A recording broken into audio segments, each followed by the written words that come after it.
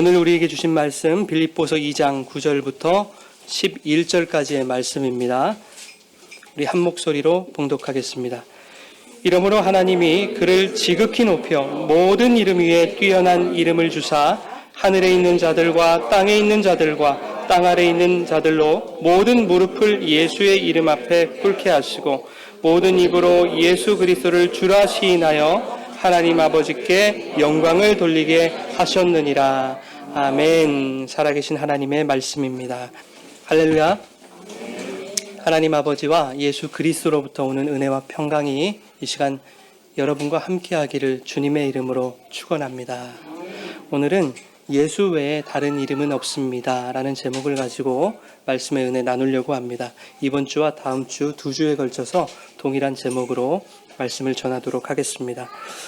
우리는 지난주에 이 오병이어 기적 사건으로 인해 한껏 기세가 등등해진 제자들을 예수께서 재촉하여 바다 건너편으로 보내시는 이야기를 살펴봤습니다. 제자들은 열심히 노를 저어봤지만 자신들의 힘으로 풍랑을 뚫기에는 역부족이었습니다. 결국 베테랑 어부들이 그 바다에서 고난을 당하게 됩니다. 예수님은 바다에 풍랑이 일어날 것도 아셨고 그리고 그 바다에서 제자들이 고난을 당할 것도 아셨습니다. 그럼에도 불구하고 예수님이 제자들을 재촉하여 보내신 것은 성도에게 일어날 구원의 완성, 즉 주님 손에 붙들리는 그 은혜를 입는 사건 속에 풍랑이 있는 바다도 필요하고 그 바다에서 겪는 고난도 필요한 것이다 라는 것을 우리에게 가르쳐 주시기 위함이었습니다. 그런가 하면 오병이어 기적 사건으로 기고만장해진 그 제자들의 교만한 마음과 베테랑 어부들이었던 제자들 자신들이 믿고 있었던 그들의 경험, 지식, 노하우 따위는 풍랑이는 고난의 바다에 수장되어야 하는 배설물에 지나지 않는 것이다 하는 것을 베드로가 물에 빠지는 사건을 통해서 우리에게 말씀해 주시는 것이었습니다. 나의 나됨이 나에게서부터 나오는 것이 아니라 오직 주의 은혜로부터 말미암았다라고 하는 것을 보여주고 있는 말씀이었습니다.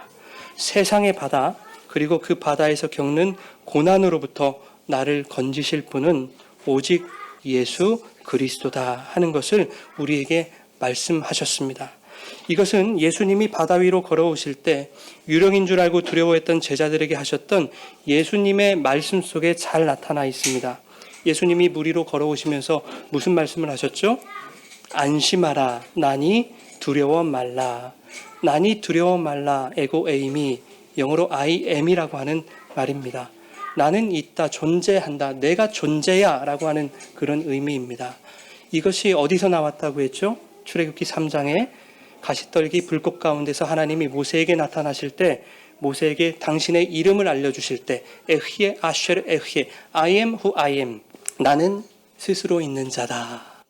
나는 존재야. 나만 존재야 라고 하셨던 그 말씀이었습니다. 다시 말하면 예수님께서 제자들에게 내가 바로 그 하나님이다 말씀하셨던 겁니다. 여러분, 성경은 오직 하나님의 이름, 예수님의 이름만을 나타내기 원하십니다. 성경 속에 나오는 인물들의 믿음을 본받아 보자, 그들의 삶을 한번 닮아가 보자, 이런 내용은 성경에 한 곳도 없습니다. 성경은 어떠한 특정 인물이나 사건을 집중하지 않습니다. 사람과 사건을 통해 하나님 아버지, 예수 그리스도, 그리고 성령의 사역에만 주목하고 있는 것이 성경입니다. 옛말에 호랑이가 죽으면 뭘 남기고요? 껍데기를 남기고 사람이 죽으면 이름을 남긴다. 요즘에는 그 말이 바뀌었습니다. 부자는 죽으면 뭘 남기고요? 재산을 남기고 돈을 남기고 가난한 사람은 죽으면 빚을 남기고 너무 슬픈 현실 아닙니까? 여러분, 그것은 세상 사람들의 언어죠. 우리 그리스도인의 입에서 나올 말은 아닌 것 같습니다. 그리스도인은 살아서도 죽어서도 예수만 남기는 자들이 되어야 합니다. 고린도후서 2장에 성도는 그리스도의 향기라고 말씀하고 있습니다. 2장 15절과 16절 우리 함께 읽겠습니다. 우리는 구원받은 자들에게나 망하는 자들에게나 하나님 앞에서 그리스도의 향기니 이 사람에게는 사망으로부터 사망에 이르는 냄새요 저 사람에게는 생명으로부터 생명에 이르는 냄새라. 누가 이 일을 감당하리요. 아멘. 누가 이 일을 감당하리요. 여러분, 우리 그리스도의 향기입니다. 방향제입니다. 방향제. 방향제 용도가 뭘까요, 여러분? 디퓨저는 향기 내는 것에 그 목적이 있습니다. 그리스도의 향기인 저와 여러분의 존재 목적 무엇입니까? 우리의 전 삶을, 전 인생을 들어서 그리스도의 향기를 바라는 것, 그리스도의 이름을 전하는 것입니다. 방금 읽은 말씀 속에서 사망으로부터 사망에 이르는 냄새다, 생명으로부터 생명에 이르는 냄새다라고 하는 이 말은 저와 여러분이 그리스도의 향기, 즉 예수의 이름을 나타내며 살아갈 때 누군가는 그 예수의 이름을 듣고도 사망에 이르는 심판에 처해지게 될 것이지만 어떤 누군가는 그 예수의 이름으로 인하여 영생이라는 구원의 은혜를 얻게 될 것이다 하는 말씀입니다. 그러니 너희들은 예수의 이름을 전하기만 하거라. 나머지는 내가 알아서 할게. 이런 말씀이에요. 여러분, 예수의 이름 전하며 사는 것이 그리스도의 향기로서의 우리들의 본분을 다하는 것입니다.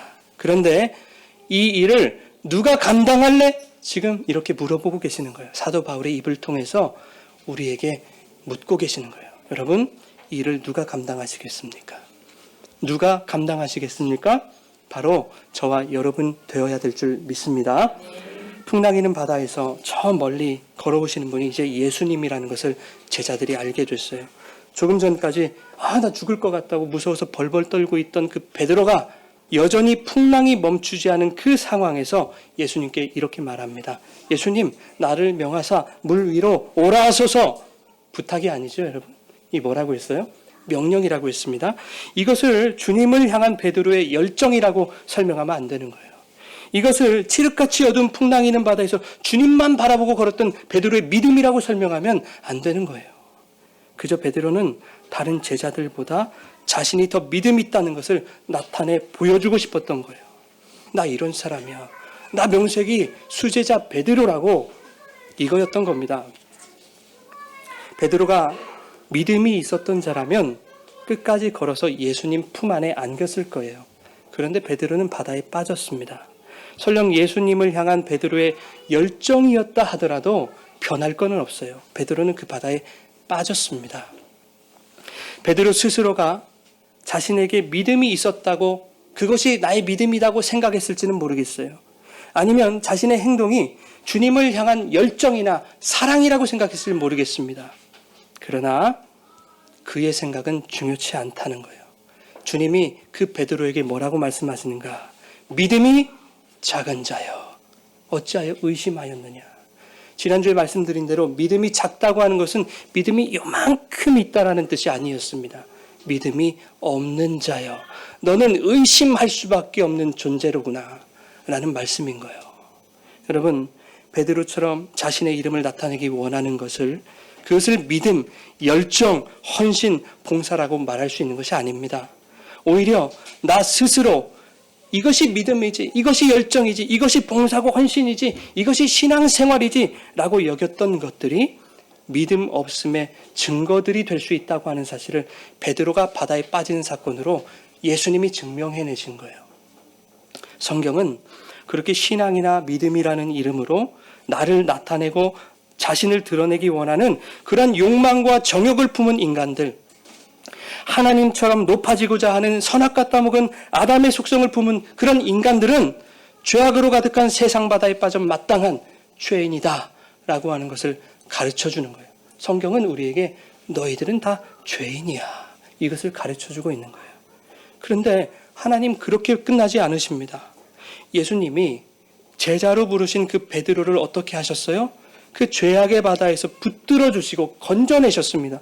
그것처럼 하나님께서 창세전부터 당신의 백성으로 부르신 저와 여러분을 이 세상 죄악의 바다로부터 건져내실 것이다 하는 것을 또한 성경이 우리에게 말씀하고 있는 거예요. 그런데 결정적인 것은 뭔 줄 아십니까? 그 일을 누가 행하냔 말이죠. 누구로 말미암아, 누구로 인하여 그 일이 이루어지느냐 하는 말입니다. 바로 하나님의 아들 독생자 예수 그리스도로 말미암아 그의 이름을 부르는 자들에게 이루시겠다 하는 것이 바로 성경입니다. 우리 요엘서 2장 32절 같이 읽겠습니다. 누구든지 여호와의 이름을 부르는 자는 구원을 얻으리니 이는 나 여호와의 말대로 시온산과 예루살렘에서 피할 자가 있을 것이며 남은 자 중에 나 여호와의 부름을 받을 자가 있을 것입니다. 남은 자 중에 여호와의 부름을 받을 자가 있을 것이래요. 여호와의 이름을 부른 자는 구원을 얻을 거래요. 끝까지 믿음의 경주, 마지막까지 남을 때까지 달려가시는 여러분 되시기를 주님의 이름으로 부탁을 드립니다. 그런가 하면 사도행전 2장 21절, 로마서 10장 13절도 동일한 말씀하고 있어요. 같이 한번 읽어보겠습니다. 주의 이름을 부르는 자는 아멘. 누구든지입니다, 여러분. 누구든지 주님의 이름을 부르는 자는 구원을 얻을 것이다. 이것이 성경입니다, 여러분. 바다에 빠진 베드로가 주님을 부르자 주님의 손이 그를 구원했습니다.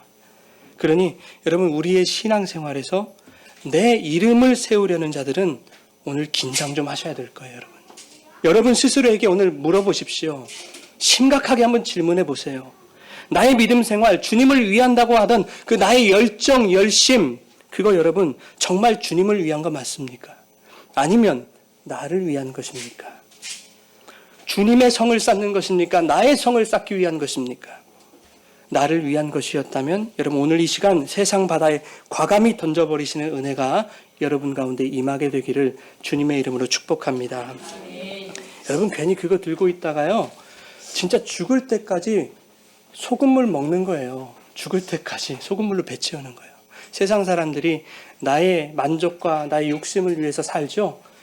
돈도 벌고 명예도 얻고 높은 자리에 올, 그게 나쁘다는 것이 아니라 주님을 떠나서 그렇게 살면 그게 내 뱃속에 죽을 때까지 소금물 채우는 것이다 하는 겁니다.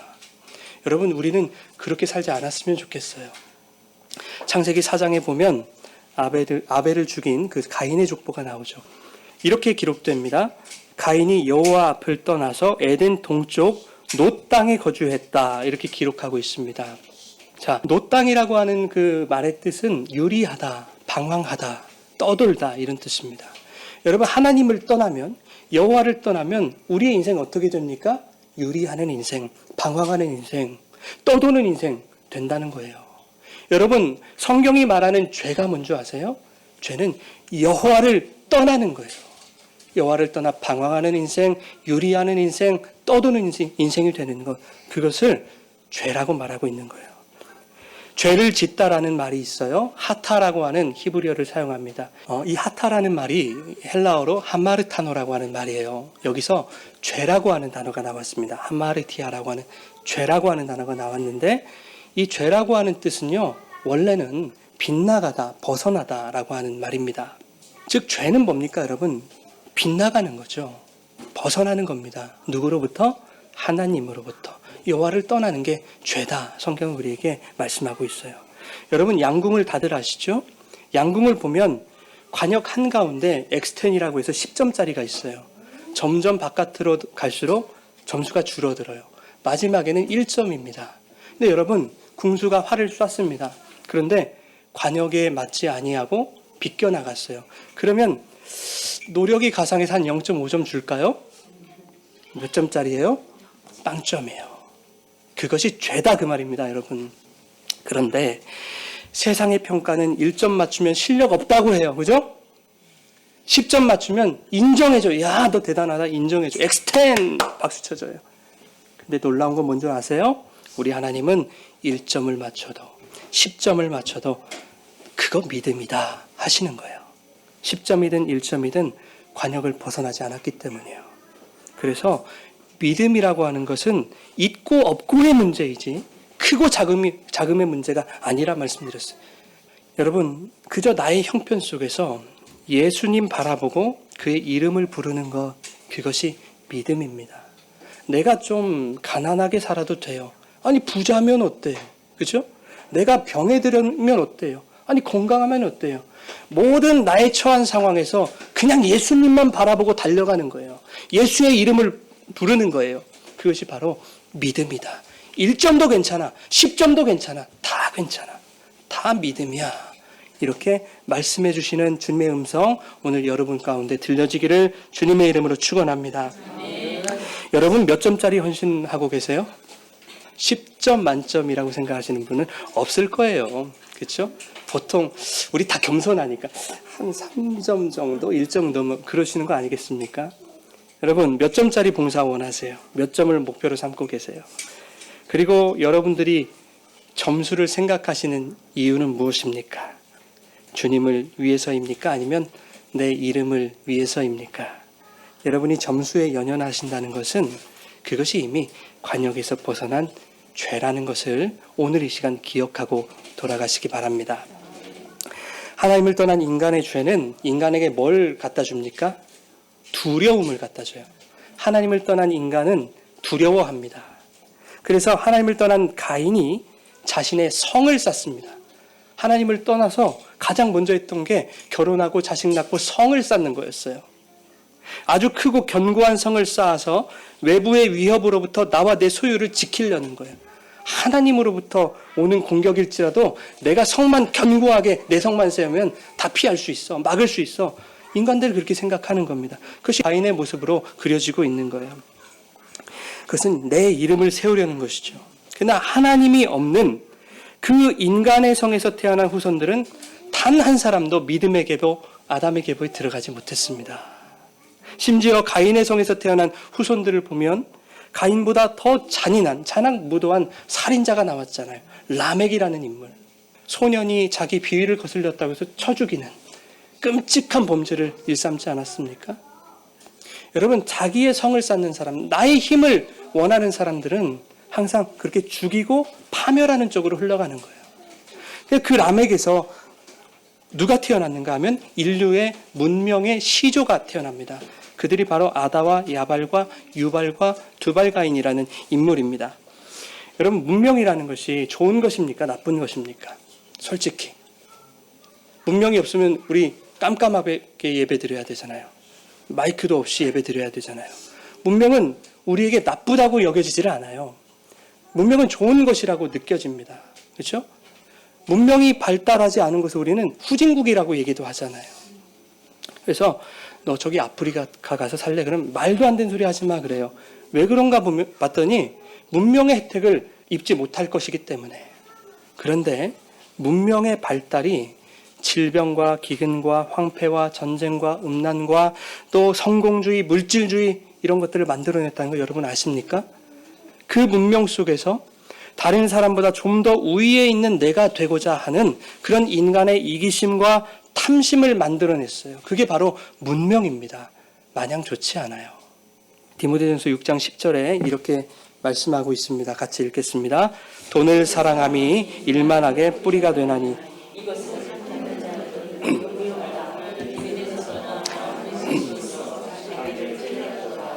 아멘. 이것을 탐내는 자들은 미혹을 받아 믿음에서 떠나 자기를 찌르게 되었다.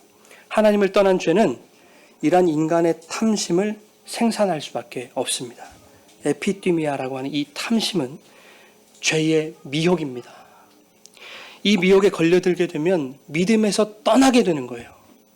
예, 결국 자신을 찌르는 일이 되고 만다.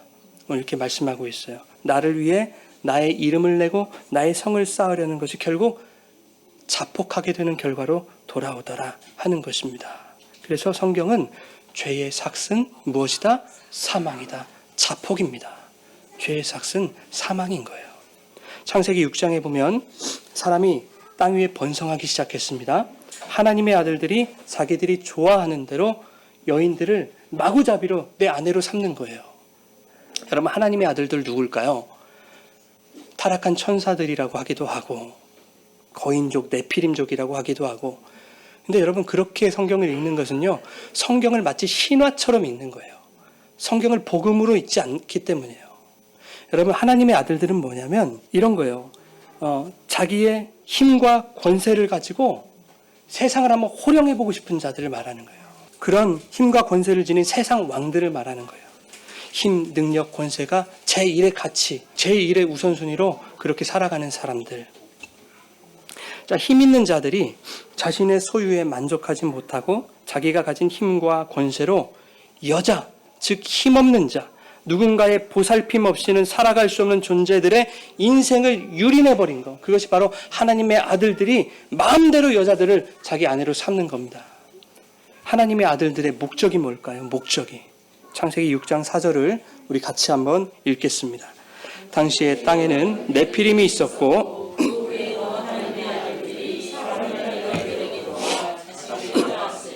그들은 용사라 고대의 명성 있는 사람들이었더라.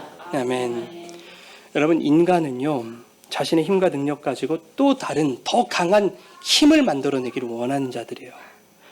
내 힘과 권세로 연약한 자를 제압해서 이전보다 더 강한 용사가 되기를 꿈꾸는 자들이 바로 인간이에요. 내가 안 되면 내 자식 되라도. 그게 인간이라고요, 여러분. 자신의 명성, 이름을 내는 일이라면 죄악도 서슴지 않는 존재들. 그들이 바로 인간임을 말씀하고 있는 거예요. 그 죄악된 존재. 그래서 바로 이어지는 창세기 6장 5절에 이렇게 말씀하십니다. 함께 읽겠습니다. 여호와께서 사람의 죄악이 세상에 가득함과 그의 마음으로 생각하는 모든 계획이 항상 악할 뿐임을 보시고 땅 위에 사람을 지으셨음을 한탄하사 마음에 근심하시고. 사람의 마음으로 생각하는 모든 계획이 어떻게 해요? 항상 악할 뿐임을 보셨다. 그래서 하나님은 모든 호흡하는 것, 기식하는 것들을 이 땅에서 쓸어버리셔야 되겠다 결심을 하게 됩니다. 그 결심이 어떻게 나타나게 됩니까? 홍수로 나타나는 거예요. 자신의 이름, 체면, 믿음, 열정 세우려고 했던 그 베드로가 바다에 빠졌듯이 하나님은 당신 보시기에 악하기만 한 모든 죄들을 홍수라고 하는 그 죽음의 바다 속에 수장시켜 버리시는 거예요. 그게 노아의 홍수입니다. 여러분, 우리 시대에 그 홍수가 일어났지 않았다고 해서 야, 우리는 그때 그 죄인들하고 다른 사람들이야, 이렇게 말할 수 있습니까? 아니요, 여러분.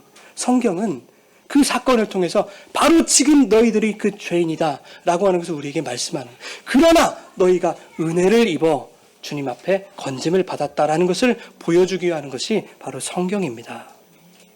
여러분, 서두에 말씀드린 것처럼 성경은 우리 인간들이 얼마나 극악무도한 죄인인가를 가르치고 있어요. 그러나 하나님께서 죽어 마땅한 어떤 존재들을 은혜로 살리신다는 이야기가 바로 이 성경입니다. 그들이 자격이 있어서도 아니고 구원받을 만한 어떤 일을 해서도 아니에요. 그저 은혜로 살리시는 거예요. 하나님의 은혜로. 그래서 하나님이 세상을 쓸어버리기 작정하셨다는 그 말씀 바로 뒤에 갑자기 이 말씀이 나오는 거예요. 창세기 6장 8절 우리 같이 한번 읽겠습니다. 그러나 노아는, 갑자기 이 말씀이 나오는 거예요. 그러나 노아는 여호와께 은혜를 입었느니라. 여러분, 노아가 어떤 은혜 받을 만한 일을 했습니까? 여러분, 성경 어디에 노아의 은혜 받을 만한 자격에 대해서 기록된 것이 있습니까? 물론 이 이후에 여호와의 말씀대로 준행하더라 이렇게 말합니다. 그런데 잘 기억하셔야 될 건 뭐냐면 그것은 은혜 받은 자임이 선포된 이후의 삶의 모습입니다. 그렇죠? 나의 자격이나 행위 때문에 은혜 받은 것이 아니라 은혜를 받은 자들은 그렇게 은혜로 살아가게 되더라 하는 것을 노아가 보여주고 있는 거예요. 노아도 차디찬 그 죽음의 바다, 그 홍수에 쓸려버려야 마땅한 존재였지만 하나님이 창세전에 선택하셨기 때문에 오직 하나님의 은혜로 말미암아 그 홍수로부터 건짐을 받게 된 것입니다. 노아가 어떻게 건짐받았죠, 여러분? 하나님께서 만들라고 명하신 그 방주 안에 태우셔서 그렇게 구원을 받았다고요. 방주는 여러분 뭘 뜻합니까? 방주는 뭘 의미하죠? 무엇의 모형이에요? 예수 그리스도의 모형이죠. 이 세상 바다에서 우리를 품어 안으시고 하나님 나라로 이끌어 가실 그 예수님의 모형이 바로 방주다 하는 거예요. 근데 그 예수 그리스도를 또 뭐라고 성경이 얘기하냐면 성전이다 그래요. 예수님이 성전이다 그래요. 사흘 만에 무너뜨리고 성전을 새로 지으시잖아요. 부활하셔서 그게 나다 그러시잖아요. 예. 그런데 그 성전을 품은, 예수를 품은 저와 여러분 또한 성경이 뭐라고 해요? 성전이다 얘기해요. 너희가 하나님의 성전인 것과 하나님의 성령이 너희 안에 거하시는 것을 알지 못하느냐 그러잖아요. 그죠? 우리가 성전이란 말이에요. 그래서 성경은 또 우리가 그리스도와 그 성전을 함께 만들어간다, 지어간다고 또 이렇게 얘기하고 있어요. 에베소서 2장 22절 함께 읽겠습니다. 너희도 성령 안에서 하나님이 거하실 처소가 되기 위하여 그리스도 예수 안에서 함께 지어져 가느니라. 아멘. 하나님이 거하실 처소, 그 성전 되기 위하여 예수 안에서 예수와 함께 지어져 간다. 노아에게 방주 만들라고 명하시고 그 방주에 태워서 구원하시는 것은 예수 안에서 예수와 함께 성전되어가는 그리스도와의 그 온전한 연합을 의미하고 있어요. 너희의 구원은 내 안에서 나와 연합한 그 상태에서 이루어지는 것이다 하는 것을 방주로 보여주고 있다고요. 자, 그렇게 예수와 연합하면 노아에게 주어진 그 은혜가 우리에게도 주어지게 되더라 하는 것을 성경이 보여주고 있는 것입니다. 여러분, 방주라고 하는 말은요, 테바라고 하는 단어를 사용합니다. 테바. 히브리어인데요. 이 단어가 창세기에만 나올까요? 방주. 출애굽기에도 나옵니다. 히브리 민족이 이제 강성해졌어요. 힘과 권세를 가진 애굽의 그 바로 왕에게 뭐가 찾아올까요? 힘을 가졌는데, 권세를 가졌는데, 그는 하나님 떠난 자니까 뭐가 찾아와요? 두려움이 찾아와요, 여러분. 하나님을 떠난 자는. 예, 그래서 자신이 가진 힘과 그 권세로 죄 없는 히브리 남자아이들을 학살해야 되겠다 계획을 세웁니다. 예, 그 갓난쟁이들을 다 죽이는 거예요. 히브리인들의 씨를 말려보겠다. 그 중에 모세라는 아이도 있었어요. 그 모세도 히브리 민족이기 때문에 세상의 힘과 권세에 의해 죽임 당할 수밖에 없는 연약한 존재였습니다. 그러나 모세는 모든 히브리 갓난쟁이들이 죽는 그 처참한 상황, 그 현실 속에서 갈대 상자를 타고 나일강 위로 유유히 흘러가는 거예요. 여기서 갈대 상자가 바로 뭐예요? 테바, 방주입니다. 여러분, 모세가 무슨 힘이 있어요? 모세 스스로가 내 생명을 살릴 수 있는 뭐 능력이 있습니까? 갓난쟁이가 나 도망갈 거야 하고 도망갈 수 있습니까? 아무 능력이 없어요. 그리고 자격도 없어요. 할 수 있는 게 아무것도 없어요. 그러나 노아는 여호와께 은혜를 입었도다. 이것이 모세에게서 반복되고 있다고요. 이것이 어디까지 흘러갑니까? 저와 여러분들에게까지 흘러가고 있다고 하는 것입니다. 그러나 성도인 저와 여러분은 여호와께 은혜를 입었도다. 할렐루야. 성경은 이렇게 죽어야 할 자들이 그 죽음을 능히 이기는 어떠한 그 말도 안 되는 강력한 은혜의 힘에 의해서 살아나게 되는 그런 이야기, 어떤 존재들이 그 이야기를 우리에게 전하고 있어요. 그런데 그 중심에 누가 계신다? 방주이신, 테바이신, 갈대상자이신 예수 그리스도가 있다는 것을 말씀하고 있는 거예요. 그 이름 예수 없이는 은혜도 없고 살리심도 없다라는 것을 우리에게 보여줍니다. 그러니 오직 예수의 이름을 불러 구원의 은총을 입어라. 오늘 우리에게 말씀하고 계시는 거예요. 그 은혜를 입으시기 바랍니다. 예수의 이름 부르시기 바랍니다. 창세기 11장에 보면 인류가 바벨탑을 쌓습니다. 여러분, 그때 당시의 인류는 홍수를 경험했던 사람들 아니에요.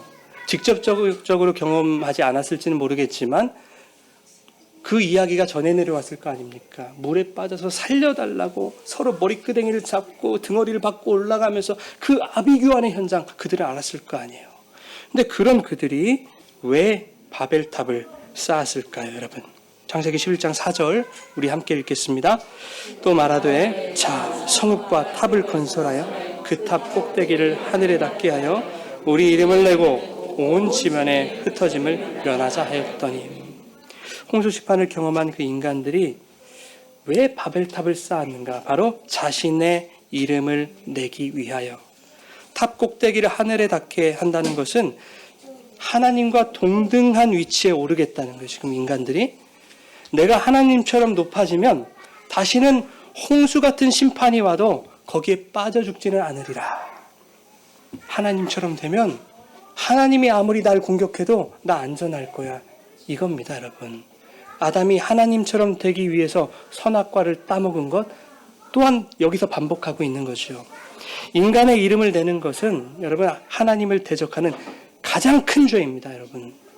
창세기 11장 9절에 그래서 뭐라고 하냐면 인간의 이름이 바로 바벨이다 이렇게 말씀하세요. 나중에 한번 읽어보세요. 그들이 바로 그들의 이름이 바벨이다. 하나님은 인간 너희들은 바벨이야 라고 명명하신다니까요. 그런데 그 바벨들 속에서 아무런 자격 없는 자를 당신의 백성으로 부르시는 사건이 이제 12장에서 바로 나타나요. 아브라함을 부르시는 거예요. 당신의 백성으로. 여러분, 아브라함 하면 뭐가 떠오르세요? 믿음의 조상, 믿음의 조상이 떠오르시죠? 정말 아브라함은 처음부터 믿음 충만한 사람이었을까요? 어떻게 증명할 수 있어요? 성경에 기록되어 있나요? 그런 사람이 아내를 2번씩이나 팔아먹습니까? 저는 어떤 일이 있어 목숨으로 아내를 지킬 거예요. 저보다 못한 사람 아니에요, 그러면? 여러분, 하나님께서 아브라함에게 분명히 사라에게서 내 씨가 태어나게 해주겠다고 약속하셨어요. 근데 그거 못 참고요. 어떻게 했어요? 여종 하갈을 취해서 이스마엘을 낳았어요. 그 결과가 어떻게 됐습니까? 오늘날까지 선과 악의 대립구도로 이어지는 거예요. 하나님의 말씀을 따르지 않으면 늘 우리의 인생의 선과 악의 대립구도에 우리가 고통받게 돼 있어요, 여러분. 사무엘상을 보세요. 15장에 보시면 아말렉과 이스라엘의 전투가 나옵니다. 사무엘 선지자를 통해서 하나님이 사울에게 어떻게 명하시냐면 그 전투에서 모든 것을 다 진멸하라고 하세요. 근데 사울이 어떻게 합니까? 아각, 적장을 생포해서 데리고 옵니다. 그리고 양과 송아지, 살찐 것들을 다 가져와요. 사무엘이 그것을 알고 도대체 왜 그랬습니까? 막 통곡하면서 막 따져 묻자. 사울이 뭐라고 합니까, 여러분? 나 하나님의 명령대로 지켜 행했다 그래요. 그리고 이거 하나님께 바치려고 이렇게 변명합니다. 하나님이 뭐라고 하신 줄 아세요? 내가 사울을 왕으로 세운 것을 후회한다 그러세요. 그리고 그 다음 구절에 뭐라고 나오냐면 사울이 자기의 이름을 위하여 기념비를 세웠다 그래요. 사울뿐만이 아니에요. 압살롬 보세요. 하나님이 기뻐하시는 그 왕, 자신의 아버지 그 다윗을 죽이려고 했던 자 아닙니까? 근데 그도 자기 이름을 위해서 기념비를 세웠다. 성경에 이렇게 기록하고 있습니다. 끔찍한 죽음을 맞이합니다. 장정 10명에 둘러싸여서 맞아 죽습니다. 여러분, 내 이름을 세우는 것은요, 어떻게 보면 세상적으로 야 그렇게 해야 성공하는 거야 뭐 이렇게 생각할진 모르겠어요. 그러나 결국은 거기는 생명이 없다는 거예요. 하나님은 그런 자를 세우시지 않는다고 오늘 우리에게 말씀하고 있는 겁니다. 여러분, 여호수아 24장 2절에 보면 이렇게 기록하고 있습니다. 옛적에 너희의 조상들 곧 아브라함의 아버지 나홀의 아버지 데라가 강 저쪽에 거주하여 다른 신들을 섬겼다 이렇게 기록해요. 그러니까 아브라함의 집안이 뭐 하는 집안이었어요? 우상 섬기는 집안이었다 그 말입니다. 네, 그런 아브라함을 선택하여 이스라엘 민족의 대표로 그리고 오늘날 교회의 시작으로 부르신 것은 아브라함의 자격이나 조건이나 환경이나 그의 인간됨에서 나오는 것이 아니었다. 다른 인간들처럼 아브라함도 바벨이라는 이름으로 불려 마땅한 자였다. 그런 자에게 하나님의 은혜가 부어지자 그 바벨의 무리 속에서 건짐받게 되더라. 하나님의 은혜로 말미암아. 여러분, 사도 바울을 잘 아시죠? 사도 바울은 하나님을 잘 섬기려고 노력했던 사람이에요. 하나님을 너무 사랑하고 너무 잘 섬겨서 열정이 너무 깊어서 어떻게 합니까, 여러분? 예수를 믿는 자들을 잡아다 옥에 가두려고 다메섹으로 막 달려가고 있었어요. 계속 그 마음이었어요. 예수 믿는 자들 잡아다가 옥에 가둬야지. 이게 하나님을 섬기는 거야. 이게 나의 열정이야. 이게 나의 열심이야. 그래서 막 달려가는데 갑자기 주님이 나타나신 거예요. 그리고 그를 만나줘요. 그의 인생이 변했어요. 여러분, 사도 바울에게 무슨 자격이 있어요? 예수님이 그에게 은혜를 베풀어 주실 어떤 자격이 있습니까? 그렇죠? 그럼에도 불구하고 예수님이 선택한 자 만나주시는 거예요. 그것이 바로 은혜입니다. 성경은 우리에게 그 은혜를 주시려는 거예요. 그 은혜를 말씀하시려는 거예요. 이렇게 성경은 하나의 주제를 가지고 일관적으로 하나님의 계획을 펼쳐가고 있는 거예요. 앞서 말씀드린 그 성경의 흐름이 오늘 우리들의 삶을 관통하고 있어요. 그래서 이 말씀, 오늘 주신 말씀, 이 성경을 읽고 묵상하는 너희들 또한 바벨이라 이름하는 그 세상에서 예수의 이름으로 내가 반드시 건져내리라. 이것이 우리가 성경을 통해 깨달아야 할 진리입니다, 여러분. 요한계시록 16장 19절 우리 같이 한번 읽겠습니다.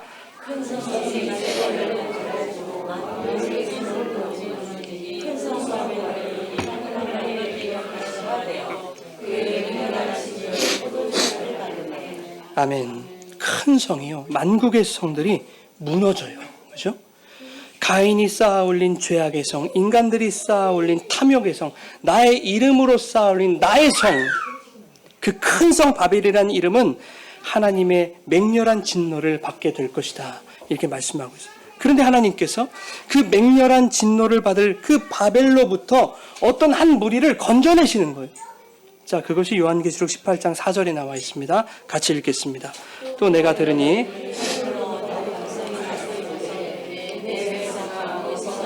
그의 죄에 참여하지 말고 받을 재앙들을 받지 말라. 아멘. 내 백성들아, 거기서 나오거라. 죄에 참여하지 말고 재앙을 받지 말아야 된다. 우리들의 의지가 아니에요. 그런데 이 말이 주님이 그렇게 해주시겠다는 주님의 의지를 피력하고 있는 거예요. 아무런 실력도 없어요. 능력도 없어요. 자격도 없어요. 그런데 어떤 무리들을 그 세상에서 내가 끄집어낼 거야. 지금 이 말씀하고 계시는 거거든요. 요한계시록 18장 21절 계속해서 읽겠습니다. 이에 한 힘센 천사가 큰 맷돌 같은 돌을 들어 바다에 던져 이르되 큰 성 바벨론이 이같이 비참하게 던져져 결코 다시 보이지 아니하리로다. 아멘. 결코 다시 보이지 아니하리로다. 바벨이라는 이름은 결국 비참한 최후를 맞게 될 거예요. 건진받은 주의 백성들은 그 바벨, 그 죄를 결코 다시 보는 일이 없게 될 겁니다. 어디서요? 저 천국에서.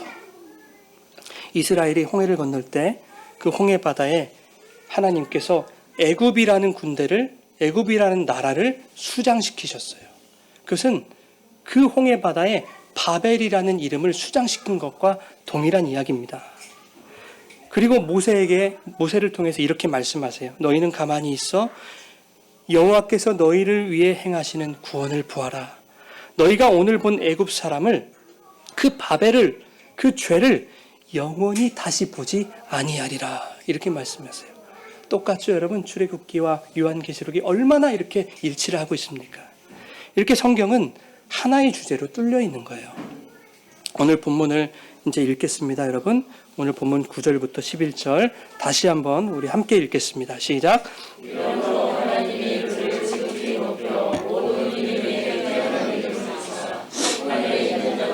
땅에 있는 자들과 땅 아래에 있는 자들로 모든 무릎을 예수의 이름에 꿇게 하시고 모든 입으로 예수 그리스도를 주라 시인하여 하나님 아버지께 영광을 돌리게 하셨느니라.